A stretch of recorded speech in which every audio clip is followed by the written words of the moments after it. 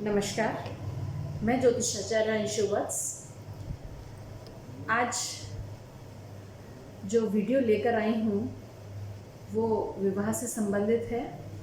पिछली वीडियो में भी मैंने विवाह से संबंधित कुछ जो समाज में फैली हुई समस्याएं हैं, जैसे आजकल के बच्चों के विवाह असफल होना और विवाह बहुत ही विलंब से होने के बाद फिर संतान उत्पत्ति में समस्याएं आना, तो इस प्रकार की समस्याओं को लेकर के मैं पिछली वीडियो में आई थी और उसमें हमें क्या क्या स्टेप्स लेने चाहिए, क्या हमें ज्योतिषीय समाधान लेने चाहिए और ये चीज़ें इस विषय पे कैसे हमें विचार करना चाहिए, ये सब मैंने आपको बताया था। आज का इसी संबंधित से एक विषय है, वो है कुंडली मिलान। जो मैं देख रही हूँ कि लोगों को इतना तो ज्ञान हो गया है कि हमें कुंडली मिलान कर लेना चाहिए विवाह से संबंधित, क्योंकि बाद में फिर बहुत समस्याएं आती हैं। तो सभी समस्या से ग्रसित होते हुए ये सोचते हैं कि क्या कमी हमें रह गई विवाह करने में, जिसकी वजह से हमें ये समस्याएं आ रही हैं। तो कुंडली मिलान भी एक अहम विषय मैं देख रही हूँ। कुंडली मिलान करते समय हमें कुछ चीज़ों का ध्यान रखना चाहिए। जैसे हम क्या है, आजकल एक जो अष्टकूट मिलान है, हम उसी को आधार मान करके कुंडली मिलान कर लेते हैं।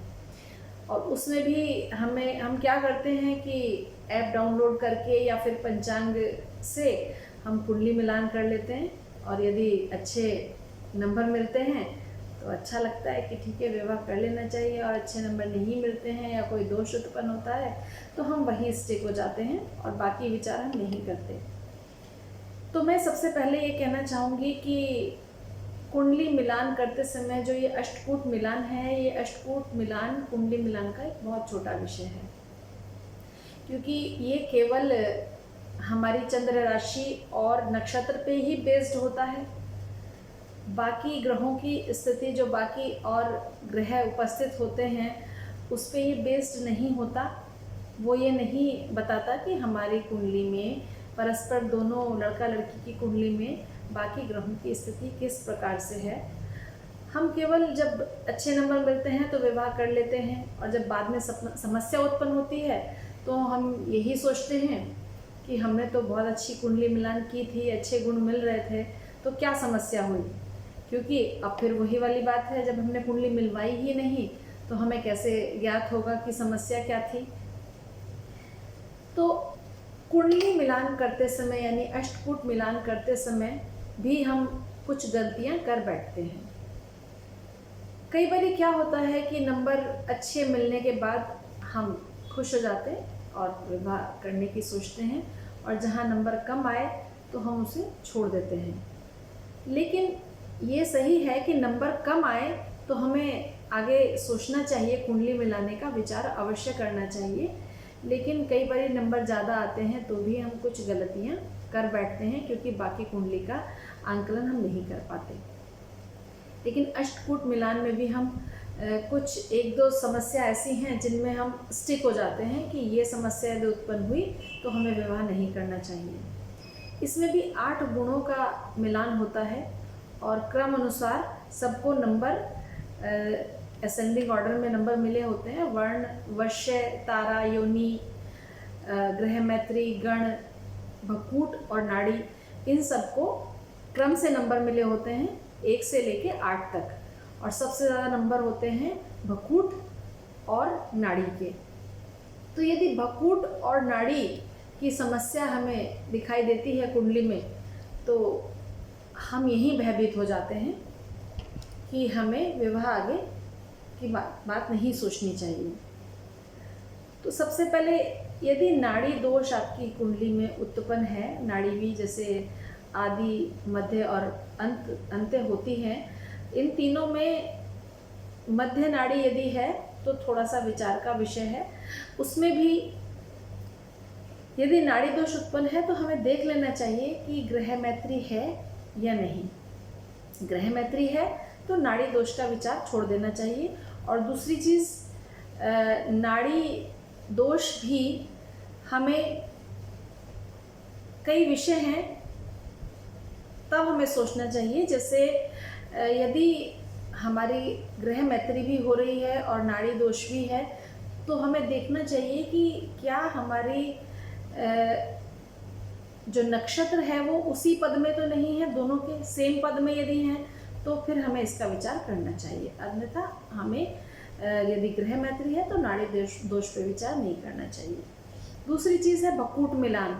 भकूट मिलान में भी 3 परिस्थितियाँ होती हैं कि जब परस्पर लड़का लड़की की राशि 2-12 एक्सिस पे, 6-8 एक्सिस पे या फिर 9-5 वाले एक्सिस पे होती है, तो इन 3 परिस्थितियों में भकूट दोष उत्पन्न होता है। और यहाँ भी मैं कहना चाहूँगी कि यदि ग्रह मैत्री है तो हमें यहाँ भी विचार नहीं करना चाहिए, और ग्रह मैत्री है तो हमें ये मान के चलना चाहिए कि हमें उसमें नंबर पूरे मिले हैं और वो नंबर कटने नहीं चाहिए। लेकिन ऐप ये चीज़ हमें नहीं दिखाएगा और ना ही बताएगा। दूसरी चीज़ क्या है कि इन तीनों परिस्थितियों में जो 6-8 एक्सिस है वो सबसे खराब माना गया है। 2-12 में क्या है कि थोड़ा धन से संबंधित समस्या आ सकती हैं विवाह के बाद, और 9-5 में संतान से संबंधित। लेकिन इन दोनों परिस्थितियों में भी यदि ग्रह मैत्री भी है, और प्लस क्या है कि जब हम कुंडली का विश्लेषण कराते हैं, हमारी कुंडली में धन संबंधित समस्या नहीं है या संतान से संबंधित अच्छे योग हैं, तो हमें इस पर विचार नहीं करना चाहिए। तो ये तो हुआ भकूट दोष। अब एक बात मैंने और देखी है कि लोगों में फैली हुई है कि यदि हम ब्राह्मण हैं तो ही नाड़ी दोष लगेगा, इनकेस हम ब्राह्मण जाति से नहीं हैं तो हमें नाड़ी दोष पे विचार नहीं करना चाहिए। तो ऐसा नहीं है। नाड़ी दोष केवल ब्राह्मण जाति को लगता है, ऐसा बिल्कुल भी नहीं है। इसमें क्या होता है कि जो ब्राह्मण वर्ण है उसमें नाड़ी दोष की परिस्थितियाँ उत्पन्न होती हैं, उस पर हमें देखना चाहिए कि नाड़ी दोष है या नहीं। यदि हम क्षत्रिय वर्ण के हैं तो भकूट पे विचार करना आवश्यक है। यदि हम वैश्य वर्ण के हैं तो हमें गण मिलान पे विचार आवश्यक है, और यदि शूद्र वर्ण के हैं तो योनि पर विचार करना चाहिए कि इनमें हमें नंबर कैसे मिले हैं और किस प्रकार से हमारा अष्टकूट मिलान हो रहा है। इसके भी ऊपर ये आवश्यक है कि हमें संपूर्ण कुंडली का विश्लेषण करवाना बहुत ही आवश्यक है, तभी हमें आगे विवाह के संबंध में विचार करना चाहिए। तो ये थी हमारे कुंडली मिलान की कुछ समस्याएं। और भी समस्याएं होती हैं, लेकिन ये मैंने मुख्य देखी तो मेरे मन में विचार आया कि इससे संबंधित मैं आप लोगों से जानकारी शेयर करूं। तो इस पर विचार ज़रूर कीजिएगा, आपको आपकी समस्याओं का शायद हल हो। इसी के साथ मैं समाप्त करती हूँ। नमस्कार, जय माता दी।